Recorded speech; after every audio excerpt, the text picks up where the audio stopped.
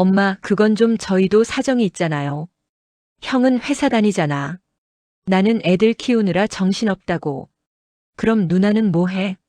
집에서 놀잖아. 병실 안은 소독약 냄새보다 차가운 기류가 먼저 감돌았다. 침대에 누워 산소 마스크를 낀 할머니의 눈빛이 천천히 자식들을 훑었다. 그 시선엔 기대도 슬픔도 아닌 무언가가 서려 있었다. 오늘 아침까지만 해도 집에서 멀쩡히 아침밥을 짓던 할머니였다. 그런데 갑자기 가슴을 움켜쥐고 쓰러졌고 119가 출동했고 급하게 응급실로 실려왔다. 의사는 심근경색 의심 소견이라며 최소 2주간 입원 치료가 필요하다고 했다. 그 말을 듣자마자 복도에 모인 세 남매의 표정이 일그러졌다. 큰아들은 팔짱을 낀 채 고개를 절레절레 저었다. 회사에서 중요한 프로젝트를 맡고 있다며 한 달 내내 야근이라는 핑계를 늘어놓았다. 딸은 쌍둥이를 키우느라 손이 10개라도 모자란다고 했다. 막내 아들은 아예 대놓고 형이 장남이니까 형이 해야 하는 거 아니에요? 라며 책임을 떠넘겼다. 할머니는 산소 마스크 너머로 그 모습을 지켜봤다. 손주들 용돈 챙겨주느라, 명절 음식 장만하느라, 제사 음식 준비하느라 허리 한 번 제대로 펴본 적 없던 지난 수십 년이 주마등처럼 스쳐 지나갔다. 그동안 한 번도 내색하지 않았던 외로움이 가슴 한구석에서 서서히 고개를 들었다. 간호사가 병실 문을 열고 들어와 링거 교체를 마치고 나갔다. 복도에서는 여전히 옥신각신 소리가 들렸다. 일주일씩 돌아가면서 하자, 주말엔 내가 못 와, 그럼 평일은 누가 해? 그 같은 말들이 끊임없이 오갔다. 그 소리를 듣고 있자니 할머니의 눈가가 뜨겁게 달아올랐다. 저녁 7시 의사가 회진을 돌며 상태를 체크했다. 다행히 위급한 상황은 넘겼지만 고령이라 회복 속도가 느릴 거라는 설명이 이어졌다. 보호자 상주가 필수라는 말에 세 남매의 얼굴은 더욱 굳어졌다. 그냥 간병했으면 안 돼요? 딸이 먼저 입을 열었다. 큰아들이 고개를 끄덕였다. 그게 나을 것 같은데. 우리가 교대로 하면 일도 못하고 애들도 못 챙기잖아. 막내 아들은 아무 말 없이 핸드폰만 들여다봤다. 할머니는 그제야 눈을 감았다. 더 이상 들을 필요가 없었다.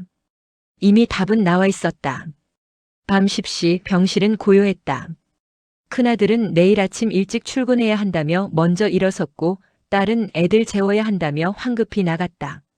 막내 아들은 저도 약속이 있어서요라며 뒷걸음질 쳤다. 결국 병실에는 할머니 혼자만 남았다. 어둠 속에서 천장을 바라보던 할머니의 눈에서 한 줄기 눈물이 흘러내렸다. 평생을 자식들을 위해 살아왔는데 정작 자신이 쓰러졌을 때 돌아온 건 차가운 계산뿐이었다. 잠깐.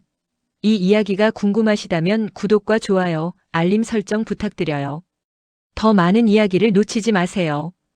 다음 날 아침 병실 문이 열리며 간호조무사가 식사 트레이를 들고 들어왔다. 할머니는 겨우 상체를 일으켜 죽 한 숟가락을 떠먹었지만 목구멍으로 넘어가질 않았다. 입맛은 없었고 속은 더부룩했다. 밤새 뒤척이느라 잠도 제대로 못 잤다. 오전 10시쯤 딸이 병실에 들어왔다. 손에는 과일 바구니가 들려 있었지만 표정은 여전히 피곤해 보였다. 엄마, 어제 잘 주무셨어요? 할머니는 고개만 끄덕였다. 딸은 과일을 테이블에 내려놓더니 핸드폰을 꺼내 문자를 확인했다. 그러곤 한숨을 푹 쉬었다. 엄마, 사실 저희가 의논 좀 했는데요. 간병인 알아보는 게 나을 것 같아요. 요즘 간병인들 괜찮다던데 전문적으로 케어해 주니까 오히려 더 안심이지 않을까요? 할머니는 아무 말 없이 창밖을 바라봤다. 딸은 침묵을 동의로 받아들였는지 바로 전화를 걸기 시작했다. 간병인 소개소와 통화하며 비용을 물어보고 일정을 조율하고 조건을 따지는 목소리가 병실 안을 가득 채웠다. 점심 무렵 큰아들이 잠깐 들렀다. 회사 점심시간을 쪼개온 거라며 10분도 채 머물지 않았다. 그는 간병인건에 동의한다는 말만 남기고 황급히 병실을 빠져나갔다. 막내 아들은 아예 연락이 닿지 않았다. 오후가 되자 간호사가 링거를 교체하러 왔고 할머니는 그제야 물 한 모금을 마셨다. 목이 타는 것 같았지만 누구에게 물을 달라고 말할 기운조차 없었다. 딸은 복도에서 계속 통화 중이었다. 저녁 6시 의사가 다시 회진을 돌았다. 상태는 안정적이지만 아직 경과를 지켜봐야 한다는 말을 남겼다. 할머니는 고개만 끄덕였다. 의사가 나가고 나서도 병실은 조용했다. 딸이 들어와 말했다. 엄마, 내일부터 간병인 오기로 했어요. 평일 낮엔 간병인이 있을 거고 저희는 주말에 한 번씩 들를게요. 할머니는 여전히 아무 말이 없었다. 딸은 어색하게 웃으며 가방을 챙겼다. 그럼 저 먼저 갈게요. 애들 저녁 차려줘야 해서요. 병실 문이 닫히고 할머니는 다시 혼자가 되었다. 창밖으로 해가 지고 있었다. 병실은 어둠에 잠겼고 복도의 발소리만 간간히 들려왔다. 그날 밤 할머니는 천장을 바라보며 생각에 잠겼다. 평생 모아온 돈이 통장 속에 고스란히 있었다. 그건 자식들에게 물려주려고 아껴온 돈이었다. 하지만 지금 이 순간 그 돈이 무슨 의미가 있을까 싶었다. 할머니는 천천히 눈을 감았다. 내일 아침이 되면 간병인이 올 것이고 자식들은 각자의 일상으로 돌아갈 것이다. 그렇게 모든 게 정리되는 듯 했다. 하지만 할머니의 마음속 깊은 곳에서는 무언가가 들끓고 있었다. 그건 슬픔도 분노도 아닌 깊은 실망이었다. 3일째 되는 날 아침 할머니는 링거를 맞으며 창밖을 내다봤다. 간병인은 성실했다. 시간 맞춰 식사를 챙겨주고 약을 먹였고 몸을 닦아줬다. 하지만 그 손길엔 온기가 없었다. 일이었다. 돈을 받고 하는 일. 할머니는 그 사실을 잘 알았다. 그래도 괜찮았다. 차라리 이게 더 나았다. 기대하지 않으니 실망할 일도 없었다. 오전 11시쯤 큰아들이 불쑥 병실 문을 열고 들어왔다. 뒤이어 딸과 막내 아들도 따라 들어왔다. 세 남매가 한꺼번에 오는 건 이번 첫날 이후 처음이었다. 엄마 어떠세요? 좀 나아지셨어요? 큰아들이 침대 곁으로 다가오며 물었다. 할머니는 고개를 끄덕였다. 딸은 간병인에게 잠깐 나가 있으라는 눈짓을 보냈다. 간병인이 나가자 병실 안은 묘한 긴장감으로 가득 찼다. 세 남매는 서로 눈치를 보며 말문을 열지 못했다. 할머니는 그 모습을 가만히 지켜봤다. 엄마, 그게 사실 저희가 얘기 좀 하려고요. 큰아들이 먼저 입을 열었다. 딸과 막내 아들도 고개를 끄덕였다. 저희가 그동안 좀 소홀했던 것 같아요. 반성하고 있어요. 그래서 앞으로는 저희가 직접 간병하려고요. 간병인은 그만두고요. 할머니는 눈썹 하나 까딱하지 않았다. 세 남매의 말은 계속 이어졌다. 엄마 건강이 제일 중요하잖아요. 저희가 돌아가면서 꼭 챙길게요. 맞아요, 엄마. 저희가 잘못했어요. 할머니는 천천히 고개를 돌려 침대 옆 서랍을 열었다. 그 안에서 통장 한 권을 꺼냈다. 낡고 오래된 통장이었지만 표지는 깨끗하게 보관되어 있었다. 세 남매의 시선이 일제히 그 통장으로 향했다. 할머니는 통장을 펼쳐 보였다. 첫 페이지에 적힌 잔액은 10억 원이었다. 병실 안 공기가 순식간에 얼어붙었다. 큰아들의 눈이 커졌고 딸은 입을 다물지 못했다. 막내 아들은 통장을 뚫어져라 쳐다봤다. 이게 진짜예요? 딸이 떨리는 목소리로 물었다. 할머니는 고개를 끄덕였다. 평생 모은 거다. 너희 주려고. 그 말이 끝나기 무섭게 세 남매의 표정이 변했다. 아까까지의 미안함은 온데간데 없이 사라지고 눈빛엔 계산이 어리기 시작했다. 엄마, 그러면 간병은 제가 할게요. 제가 장남이니까 당연하죠. 큰아들이 재빨리 말했다. 딸이 바로 끼어들었다. 오빠는 회사 다니잖아요. 제가 시간이 더 많으니까 제가 하는 게 맞죠. 막내 아들도 질세라 입을 열었다. 형이랑 누나는 이미 결혼도 하고 애들도 있잖아요. 저는 아직 혼자니까 제가 더 자유롭죠. 제가 할게요. 할머니는 그 모습을 조용히 지켜봤다. 3일 전 간병을 떠넘기던 그 모습과는 180도 달랐다. 똑같은 사람들이었지만 통장 한 권이 모든 걸 바꿔놓았다.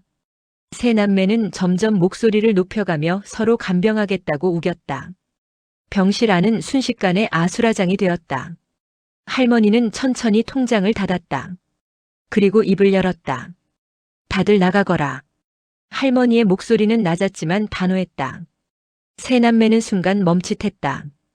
할머니는 통장을 꼭 움켜쥔 채 침대에 등을 기댔다. 너희들 다 필요 없다. 큰아들이 황급히 다가왔다. 엄마 무슨 말씀을. 입 닥쳐. 할머니의 눈빛이 날카로웠다. 평생 자식들 앞에서 한 번도 큰 소리 낸 적 없던 할머니였다. 그런 할머니의 목소리에 세 남매는 말문이 막혔다. 3일 전엔 간병인 쓰자고 난리였잖니. 나 혼자 여기 내팽개치고 다들 제 할 일 하러 갔잖니. 그런데 지금 와서 간병하겠다고. 웃기지도 않네. 할머니의 손이 부들부들 떨렸다. 그건 분노 때문인지 슬픔 때문인지 알 수 없었다. 엄마, 저희가 잘못했어요. 진심으로 반성하고 있어요. 딸이 눈물을 글썽이며 말했다. 하지만 할머니는 고개를 저었다. 반성? 진심? 그게 진심이면 통장 보기 전에 했어야지. 돈 보고 나서 하는 반성이 무슨 의미가 있냐? 막내 아들이 무릎을 꿇었다. 엄마, 제발 용서해 주세요. 저희가 정말 잘못했어요.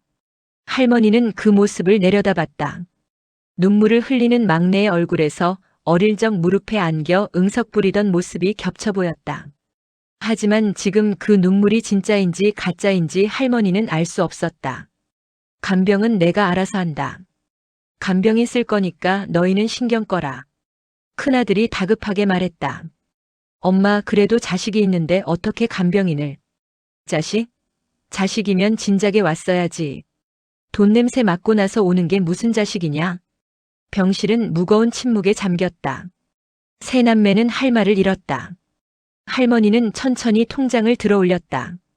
그리고 이 돈. 세 남매의 눈빛이 일제히 통장으로 향했다. 전부 기부할 거다. 뭐라고요? 딸이 비명에 가까운 목소리로 외쳤다. 큰아들은 얼굴이 새하얗게 변했고 막내 아들은 그 자리에 주저앉았다. 엄마, 그건 안 돼요. 그건 저희 거잖아요. 너희 거? 언제 너희 거였냐? 내가 번 돈이고 내가 모은 돈인데. 할머니의 목소리는 단단했다. 어떤 흔들림도 없었다. 평생 너희 뒷바라지 하느라 모은 돈이다. 그런데 막상 내가 쓰러지니까 간병은 귀찮고 돈만 탐나더라. 그런 너희한테 이 돈을 줄 순 없다. 세 남매는 할머니에게 매달렸다. 울고불고 빌었다. 하지만 할머니의 결심은 흔들리지 않았다. 다들 나가. 당장. 할머니의 목소리에 힘이 실렸다. 세 남매는 더 이상 버틸 수 없었다. 하나둘 병실을 나섰다. 문이 닫히는 순간까지 할머니를 돌아보며 애원했지만 할머니는 고개도 돌리지 않았다. 병실에 다시 정적이 찾아왔다. 할머니는 통장을 가슴에 안은 채 눈을 감았다. 눈가에 눈물이 맺혔지만 이내 스르르 흘러내렸다. 병실 창밖으로 어둠이 내렸다. 복도의 발자국 소리도 환자들의 신음소리도 점점 잦아들었다. 할머니는 침대에 누운 채 천장만 바라봤다. 간병인이 저녁 식사를 가져왔지만 할머니는 손도 대지 않았다. 입맛이 없었다. 아니, 정확히는 뭘 먹을 기운이 없었다. 할머니, 조금이라도 드셔야죠. 간병인이 걱정스러운 목소리로 말했다. 할머니는 고개를 저었다. 괜찮아요. 그냥 두세요. 간병인은 더 이상 권하지 않았다. 트레이를 치우고 조용히 병실을 나갔다. 할머니는 다시 혼자가 되었다. 통장은 여전히 침대 옆 서랍 안에 있었다. 할머니는 서랍을 열어 통장을 꺼냈다. 10억이라는 숫자가 눈에 들어왔다. 평생을 아끼고 또 아껴 모은 돈이었다. 젊은 시절 남편과 함께 작은 식당을 운영하며 번 돈. 남편이 세상을 떠난 뒤 혼자 꾸역꾸역 모은 돈. 자식들 대학 보내고 결혼시키고 손주들 용돈 주고도 남은 돈. 할머니는 통장을 쓰다듬었다. 이 돈을 모을 때만 해도 언젠가 자식들에게 물려주리라 생각했다. 그게 부모의 도리라고 믿었다. 하지만 지금은 달랐다. 자식들이 보여준 모습은 할머니의 마음을 완전히 돌려놓았다. 돈 앞에서 바뀌는 태도, 계산적인 눈빛, 가식적인 눈물. 할머니는 통장을 다시 서랍에 넣었다. 그리고 눈을 감았다. 밤 11시 병실은 고요했다. 복도에서는 간호사들의 발자국 소리만 간간히 들렸다. 할머니는 잠들지 못한 채 이런저런 생각에 잠겼다. 내일 아침이 되면 변호사를 부를 생각이었다. 그리고 유언장을 작성할 것이다. 10억 전액을 자선단체에 기부한다는 내용으로. 할머니는 그 결정이 옳다고 믿었다. 자식들에게 주는 것보다 정말 필요한 곳에 쓰이는 게 더 의미 있을 거라고 생각했다. 창밖으로 달빛이 스며들었다. 할머니는 그 빛을 바라보며 천천히 눈을 감았다. 마음 한구석은 여전히 아팠지만 결심만큼은 확고했다. 세 남매는 그날 밤 병원 앞 카페에 모여 앉아 있었다. 얼굴들은 하나같이 어두웠다. 어떡하지? 진짜 기부하시려나? 딸이 떨리는 목소리로 물었다. 큰아들은 커피를 한 모금 마시며 고개를 저었다. 설마 진짜 그러시겠어? 협박이겠지. 근데 엄마 표정 봤어? 진심 같던데. 막내 아들은 아무 말 없이 핸드폰만 들여다봤다. 세 남매는 각자의 생각에 잠겼다. 10억이라는 돈은 각자에게 다른 의미였다. 큰아들에겐 사업 자금, 딸에겐 집 마련 목돈, 막내에겐 새 출발의 기회. 하지만 지금 그 돈은 손에 쥘 수 없는 신기루처럼 느껴졌다. 일단 내일 다시 가보자. 계속 설득해야 해. 큰아들이 말했다. 딸과 막내 아들도 고개를 끄덕였다. 새벽 1시 카페 문을 나선 세 남매는 각자의 집으로 돌아갔다. 하지만 그 누구도 편히 잠들 수 없었다. 병실에서는 할머니가 여전히 천장을 바라보고 있었다. 눈은 감겼지만 잠은 오지 않았다. 평생을 자식들을 위해 살아온 삶이 주마등처럼 스쳐 지나갔다. 그리고 할머니는 다시 한번 다짐했다. 내일 아침 변호사를 부를 것이다. 그리고 모든 걸 정리할 것이다. 다음 날 아침 9시 병실 문이 열리며 정장 차림의 중년 남성이 들어왔다. 서류 가방을 든 그는 할머니에게 공손히 인사했다. 안녕하세요, 할머니. 김철수 변호사입니다. 할머니는 침대에 상체를 일으킨 채 고개를 끄덕였다. 간병인은 할머니의 눈짓에 따라 조용히 병실 밖으로 나갔다. 병실에는 할머니와 변호사 단둘만 남았다. 어제 전화 주셨죠? 유언장 작성건으로. 맞습니다. 변호사는 의자를 침대 가까이 당겨 앉으며 서류 가방을 열었다. 각종 서류와 펜이 깔끔하게 정리되어 있었다. 먼저 재산 목록부터 확인하겠습니다. 말씀하신 대로 예금 10억 원이 전부이신가요? 할머니는 서랍에서 통장을 꺼내 건넸다. 변호사는 통장을 펼쳐 잔액을 확인한 뒤 고개를 끄덕였다. 그럼 이 10억 원을 어디에 기부하실 계획이신가요? 할머니는 잠시 생각에 잠겼다. 창밖을 바라보며 천천히 입을 열었다. 불우한 아이들을 돕는 곳으로 했으면 합니다. 부모 없이 자라는 아이들, 제대로 된 보살핌을 받지 못하는 아이들. 변호사는 메모를 하며 고개를 끄덕였다. 알겠습니다. 그럼 아동복지시설이나 고아원 같은 곳으로 지정하면 되겠네요. 특정 기관을 원하시나요? 아니요. 변호사님이 알아서 가장 투명하고 믿을 만한 곳으로 선정해 주세요. 네, 알겠습니다. 변호사는 서류를 꺼내 작성을 시작했다. 펜 끝에서 나는 사각거리는 소리만이 병실에 울려 퍼졌다. 할머니는 그 소리를 들으며 창밖을 바라봤다. 혹시 자녀분들께는 말씀하셨나요? 변호사의 질문에 할머니는 고개를 끄덕였다. 어제 말했습니다. 그래서 난리가 났죠. 자녀분들이 유류분 청구를 할 수도 있습니다. 법적으로 최소한의 상속분을 요구할 권리가 있거든요. 할머니는 쓴웃음을 지었다. 그래도 상관없습니다.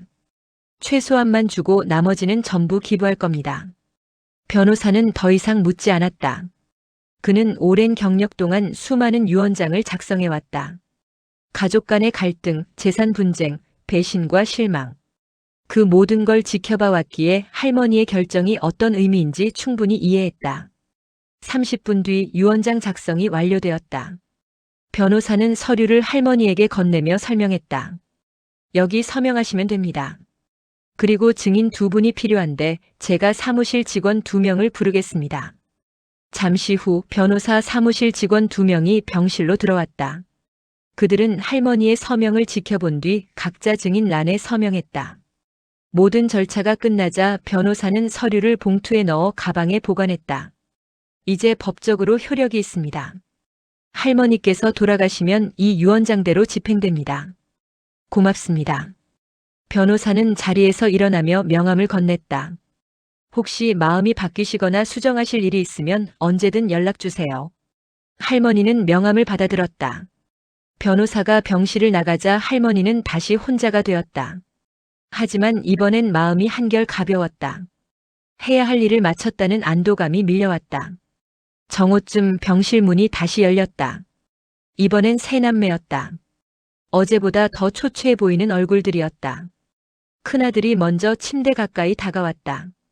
엄마, 어제는 저희가 너무 흥분했어요. 진정하고 생각해봤는데 엄마 말씀이 다 맞아요. 딸도 눈물을 글썽이며 거들었다. 저희가 정말 잘못했어요. 엄마를 너무 소홀히 대했어요. 앞으로는 정말 달라질게요. 막내 아들은 무릎을 꿇으며 말했다. 엄마, 제발 한 번만 기회를 주세요. 저희 진심이에요. 할머니는 그들을 차례로 바라봤다. 눈물을 흘리는 딸, 고개를 숙인 큰아들, 무릎 꿇은 막내. 그 모습이 진심인지 연기인지 할머니는 여전히 알 수 없었다. 유언장 다 썼다. 할머니의 말에 세 남매의 얼굴이 굳어졌다. 10억 전부 기부하기로 했다. 아까 변호사 다녀갔다. 엄마! 큰아들이 소리쳤다. 하지만 할머니는 손을 들어 제지했다. 이미 다 끝났다. 이제 와서 뭘 해도 소용없다. 딸이 침대에 엎드려 울기 시작했다. 막내 아들은 그 자리에 주저앉았다.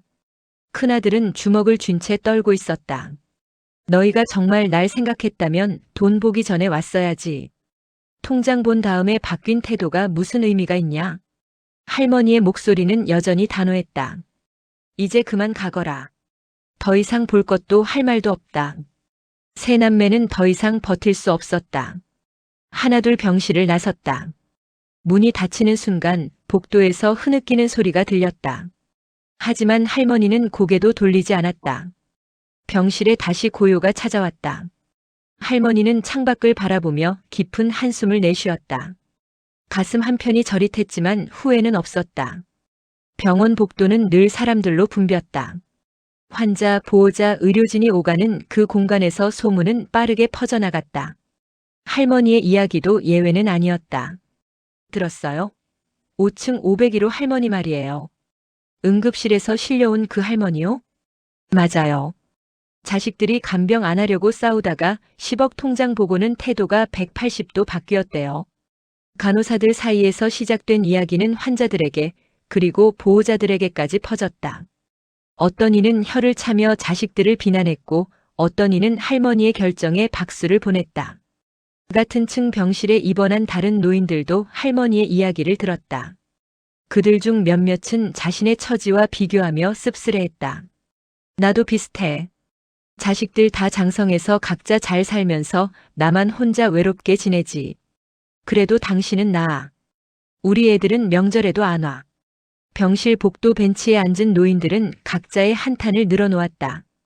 평생을 자식 뒷바라지하며 살았지만 정작 자신이 늙고 아프니 외면당하는 현실. 그게 그들 모두의 공통된 아픔이었다. 오후 3시쯤 할머니 병실 앞에 낯선 여성이 찾아왔다. 40대 중반쯤 되어 보이는 그녀는 명함을 내밀며 자신을 소개했다. 안녕하세요. 저는 희망아동재단 김미영 실장입니다. 할머니는 고개를 갸웃했다. 간병인이 여성을 안으로 안내했다. 어떻게 오셨나요? 여성은 조심스럽게 의자에 앉으며 말을 이었다.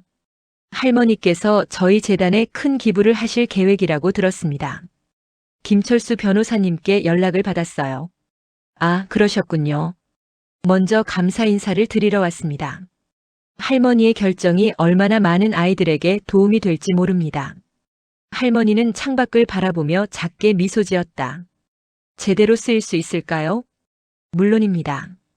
저희 재단은 투명하게 운영되고 있고 모든 기부금은 아이들의 교육비, 생활비, 의료비로 직접 사용됩니다. 여성은 태블릿을 꺼내 재단의 활동 내역을 보여줬다. 학교에 다니는 아이들, 따뜻한 밥을 먹는 아이들, 병원 치료를 받는 아이들.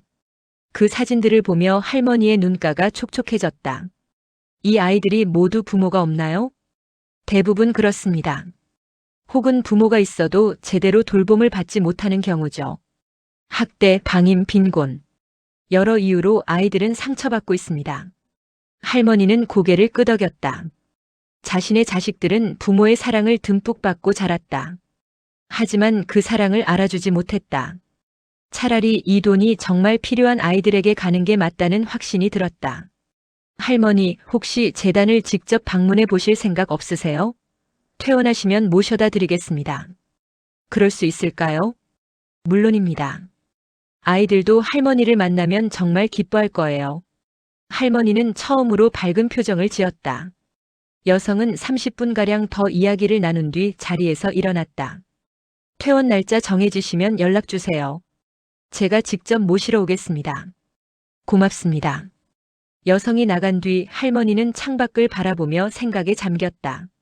마음 한편이 따뜻해지는 느낌이었다. 오랜만에 느끼는 감정이었다. 저녁 무렵 병실 문이 다시 열렸다. 이번엔 큰아들이었다. 혼자였다. 그는 조심스럽게 침대 가까이 다가왔다. 엄마, 저 혼자 왔어요. 할머니는 아무 말 없이 그를 바라봤다. 누나랑 동생은 몰라요. 제가 개인적으로 온 거예요. 큰아들은 의자에 앉으며 한숨을 내쉬었다. 엄마 말씀이 다 맞아요. 저희가 정말 잘못했어요. 돈 때문에 태도가 바뀐 것도 맞고요. 할머니는 여전히 침묵을 지켰다. 근데 엄마, 한 가지만 여쭤봐도 될까요? 뭔데? 정말 저희가 그렇게까지 밉나요? 용서할 수 없을 만큼요? 할머니는 천천히 고개를 돌려 큰아들을 바라봤다. 그의 눈에는 진심 어린 후회가 서려 있었다. 하지만 할머니는 이미 너무 많은 실망을 겪었다. 미운 게 아니라 실망스러운 거다. 너희를 키우면서 단 한 번도 후회한 적 없었다. 힘들어도 고생스러워도 너희 웃는 얼굴만 보면 다 잊혔다. 그런데 지금 와서 보니 그게 다 헛일이었구나 싶더라. 큰아들은 고개를 숙였다. 엄마, 저희도 그동안 받은 사랑 알아요. 근데 바쁘게 살다 보니 자꾸 잊게 되는 것 같아요. 그게 변명인 건 알지만 변명도 이젠 지겹다. 그냥 가거라. 큰아들은 더 이상 할 말이 없었다. 그는 천천히 자리에서 일어나 병실을 나갔다. 문이 닫히는 소리가 유난히 크게 들렸다. 밤이 깊어갔다. 할머니는 잠들지 못한 채 천장만 바라봤다. 큰아들의 표정이 자꾸 떠올랐다. 진심 어린 후회였을까, 아니면 또 다른 연기였을까? 할머니는 알 수 없었다. 하지만 이미 결정은 내려졌다. 이제 되돌릴 수 없었다. 일주일이 흘렀다. 할머니의 건강은 많이 회복되었다.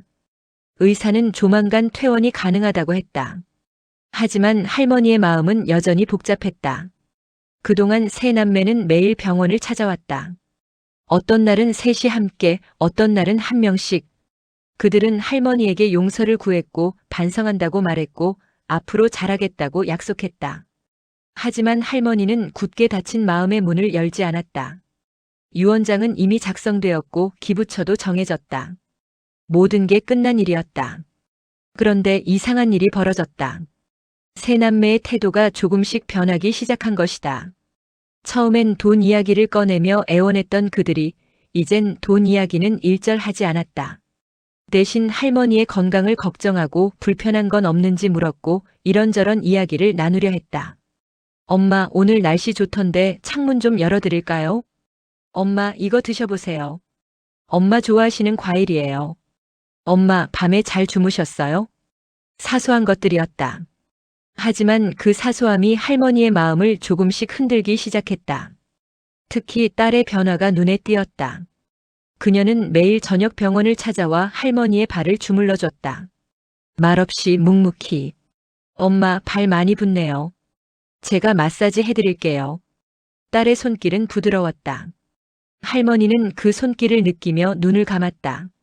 어린 시절 딸이 감기에 걸렸을 때 밤새 간호하던 기억이 떠올랐다. 이마에 손을 얹어 열을 재고 미음을 끓여 먹이고 곁에서 지켜보던 그 시절. 엄마, 제가 정말 잘못했어요. 딸의 목소리가 떨렸다. 할머니는 눈을 떴다. 딸의 눈에는 진짜 눈물이 고여 있었다. 돈 때문에 그런 거 아니에요. 진심이에요. 엄마 없으면 저 정말 못 살아요. 할머니는 아무 말하지 않았다. 하지만 마음 한편이 흔들렸다. 정말 진심일까? 아니면 또 다른 계산일까? 며칠 뒤 큰아들이 오래된 사진첩을 들고 왔다. 엄마, 이거 집에서 찾았어요. 같이 보실래요? 사진첩을 펼치자 오래된 사진들이 나왔다. 아이들이 어렸을 때 찍은 가족 사진, 소풍 갔을 때 사진, 졸업식 사진. 할머니는 사진 한 장 한 장을 넘기며 옛 기억에 잠겼다. 이때 제가 초등학교 입학했을 때죠? 엄마가 손 꼭 잡아주셨는데 그게 너무 든든했어요. 이건 우리 가족 여행 갔을 때네요. 엄마가 김밥 싸우셔서 다 같이 먹었잖아요.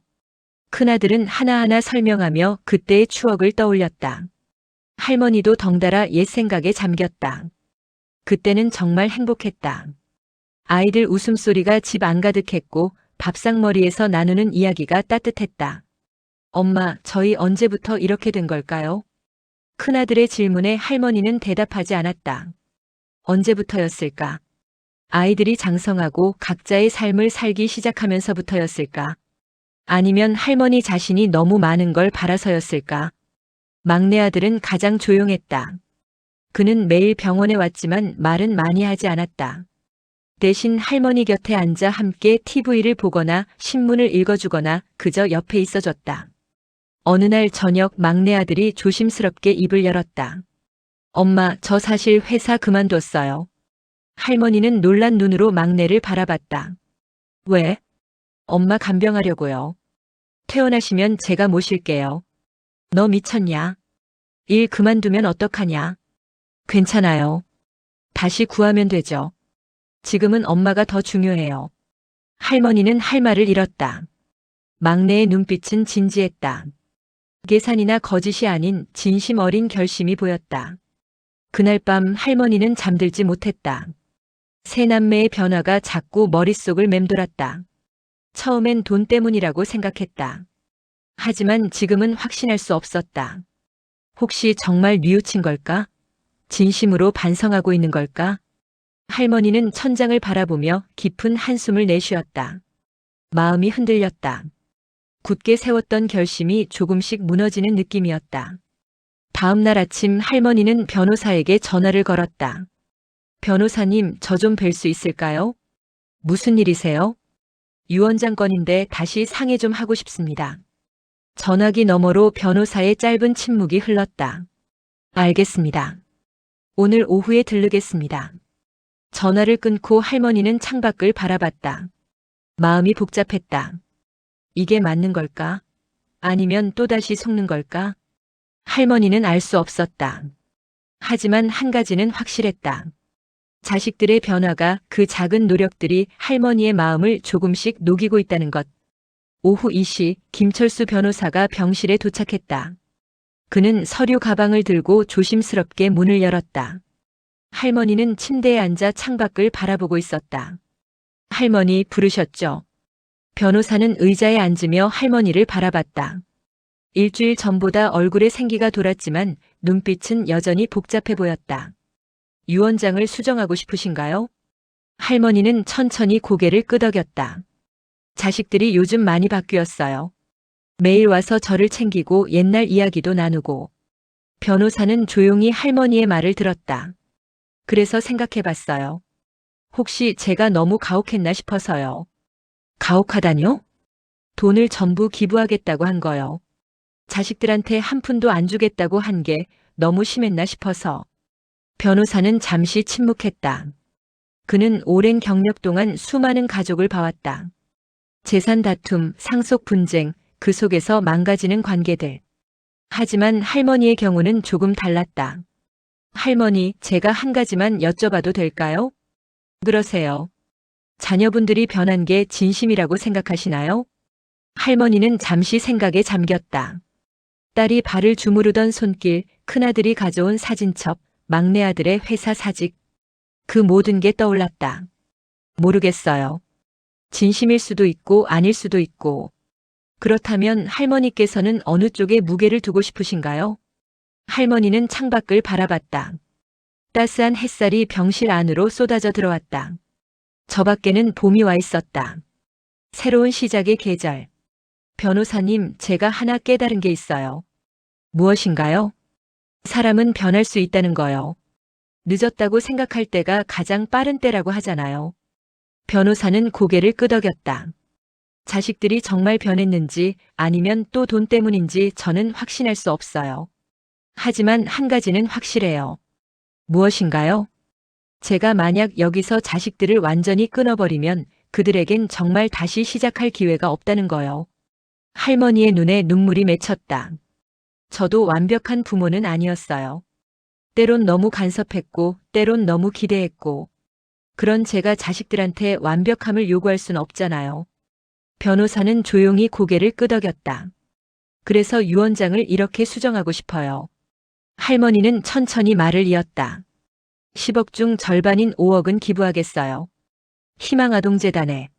나머지 5억은 세 자식에게 똑같이 나눠주고요. 각자 1억 6천씩 받는 거네요. 네. 하지만 조건이 있어요. 조건이요? 제가 돌아가고 난 뒤에 주는 게 아니라 지금 당장 주고 싶어요. 살아있을 때. 변호사는 놀란 표정을 지었다. 지금이요? 네. 퇴원하는 날 세 자식을 불러서 직접 통장을 나눠주고 싶어요. 그리고 이렇게 말하고 싶어요. 이게 너희 몫이다. 하지만 이 돈은 조건 없이 주는 게 아니다. 앞으로 너희가 어떻게 사는지 지켜볼 것이다라고. 변호사는 할머니를 물끄미 바라봤다. 살아계실 때 재산을 증여하시면 세금 문제가 있습니다. 그리고 만약 자녀분들이 또다시 할머니를 소홀히 대하면 어쩌시려고요? 할머니는 쓴웃음을 지었다. 그러면 그때 가서 다시 생각하죠. 하지만 최소한 저는 기회를 줬다는 걸 알 수 있잖아요. 변호사는 잠시 침묵했다. 그리고 천천히 고개를 끄덕였다. 알겠습니다. 유언장을 수정하고 증여 계약서도 준비하겠습니다. 고맙습니다. 변호사는 서류를 꺼내 다시 작성을 시작했다. 펜 끝에서 나는 사각거리는 소리가 병실에 울려 퍼졌다. 30분 뒤 모든 서류 작성이 끝났다. 변호사는 서류를 봉투에 넣으며 말했다. 퇴원 날짜가 정해지면 연락 주세요. 제가 직접 와서 증여 절차를 진행하겠습니다. 네, 그렇게 하겠습니다. 변호사가 나간 뒤 할머니는 깊은 숨을 내쉬었다. 마음이 한결 가벼워진 느낌이었다. 이게 맞는 결정인지는 몰랐다. 하지만 최소한 후회는 하지 않을 것 같았다. 저녁 무렵 세 남매가 병실에 찾아왔다. 요즘 그들은 거의 매일 저녁 함께 왔다. 할머니는 그들을 바라보며 미소 지었다. 엄마, 오늘 기분이 좋아 보이세요. 딸이 말했다. 할머니는 고개를 끄덕였다. 응. 오늘 좋은 결정을 했거든. 무슨 결정이요? 할머니는 빙그레 웃으며 대답했다. 퇴원하는 날 알려줄게. 세 남매는 서로 눈치를 봤다. 할머니의 표정이 밝아진 게 신기했다. 지난 일주일간 얼음장 같던 분위기가 조금씩 녹는 느낌이었다. 엄마, 퇴원하시면 어디서 지내실 거예요? 큰아들이 조심스럽게 물었다. 그건 아직 생각 안 해봤는데. 저희 집으로 오세요. 제가 모실게요. 딸이 말했다. 막내 아들도 거들었다. 아니에요. 저희 집으로 오세요. 제가 회사도 그만뒀잖아요. 세 남매는 또다시 옥신각신했다. 하지만 이번엔 분위기가 달랐다. 돈 때문이 아니라 진짜 할머니를 모시고 싶어 하는 것처럼 보였다. 할머니는 그 모습을 지켜보며 조용히 미소 지었다. 완벽하진 않았다. 여전히 의심스러운 부분도 있었다. 하지만 최소한 노력하는 모습은 보였다. 그리고 할머니는 깨달았다. 완벽한 자식, 완벽한 부모는 없다는 걸. 중요한 건 서로 노력하고 이해하고 용서하는 것. 밤이 깊어갔다. 세 남매가 돌아간 뒤 할머니는 홀로 병실에 남았다. 창밖으로 별이 보였다. 오랜만에 보는 별빛이었다. 할머니는 별을 바라보며 중얼거렸다. 이제 곧 집에 가겠구나. 그 말에는 안도와 기대가 섞여 있었다. 새로운 시작을 향한 작은 희망. 퇴원날 아침 병실은 분주했다. 간병인이 짐을 챙기고 간호사가 마지막 서류를 정리했다. 세 남매는 일찍부터 병원에 와서 할머니를 기다렸다. 오전 10시 모든 절차가 끝났다. 할머니는 휠체어에 앉아 병실을 나섰다. 복도를 지나며 인사를 나눴던 환자들, 간호사들과 작별 인사를 나눴다. 2주 동안 이곳에서 많은 것을 배웠다. 사람의 본성, 가족의 의미, 용서의 가치. 병원 로비에 도착하자 김철수 변호사가 기다리고 있었다. 그는 서류 가방을 들고 할머니에게 다가왔다. 세 남매는 변호사를 보고 긴장한 표정을 지었다. 로비 한쪽에 앉자. 할 이야기가 있다. 모두 로비 한편의 소파에 앉았다. 할머니는 세 남매를 차례로 바라봤다. 그들의 눈에는 불안과 기대가 섞여 있었다. 지난 일주일간 그들이 보여준 변화가 진심인지 할머니는 여전히 확신할 수 없었다. 하지만 기회를 주기로 결심했다. 할머니는 변호사에게 눈짓했다. 변호사는 가방에서 통장 3권을 꺼냈다. 각 통장에는 1억 6천만 원씩 들어있었다.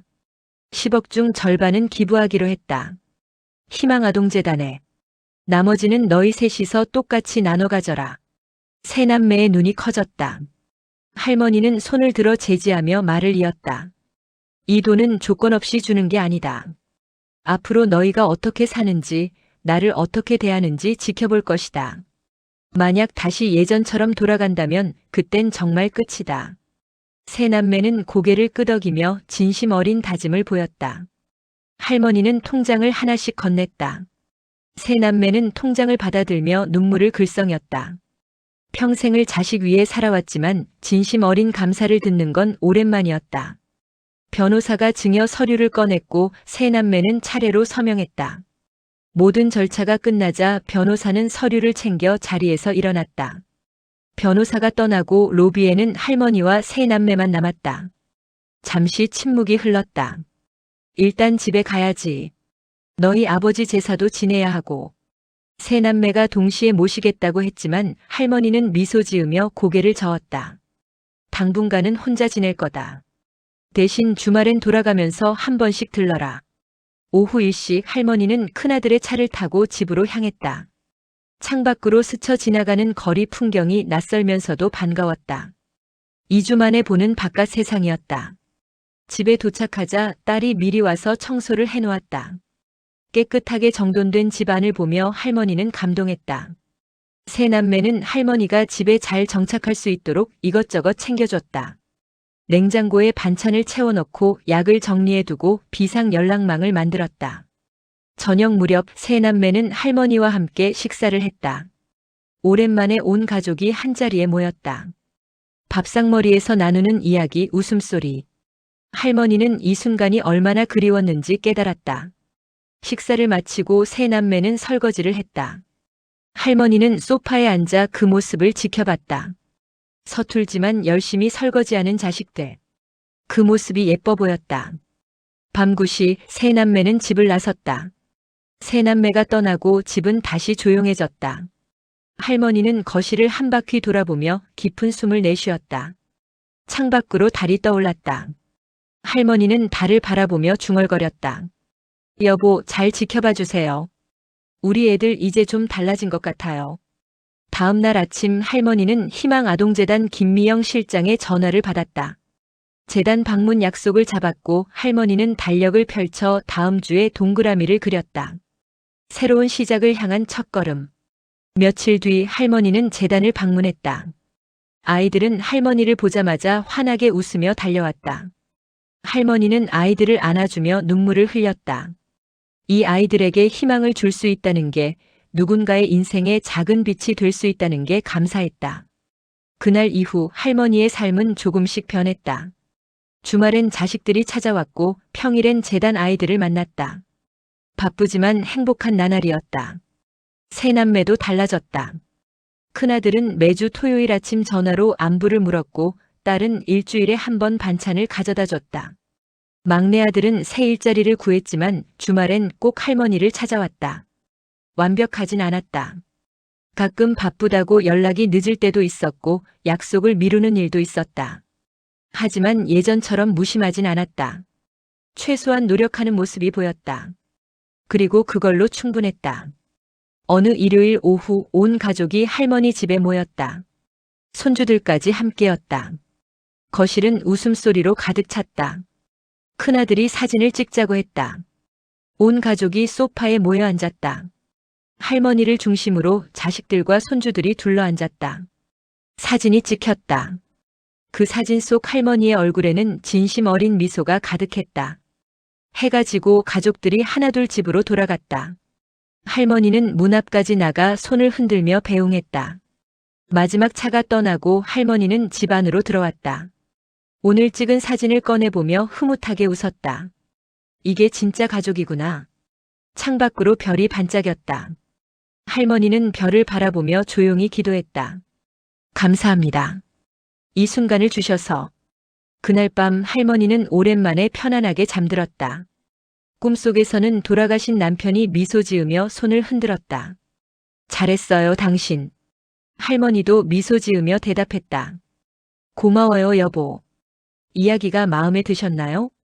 구독과 좋아요, 알림 설정 눌러주시면 더 좋은 이야기로 찾아뵙겠습니다. 여러분의 가족은 안녕하신가요? 오늘 하루 사랑하는 사람에게 먼저 연락해보는 건 어떨까요?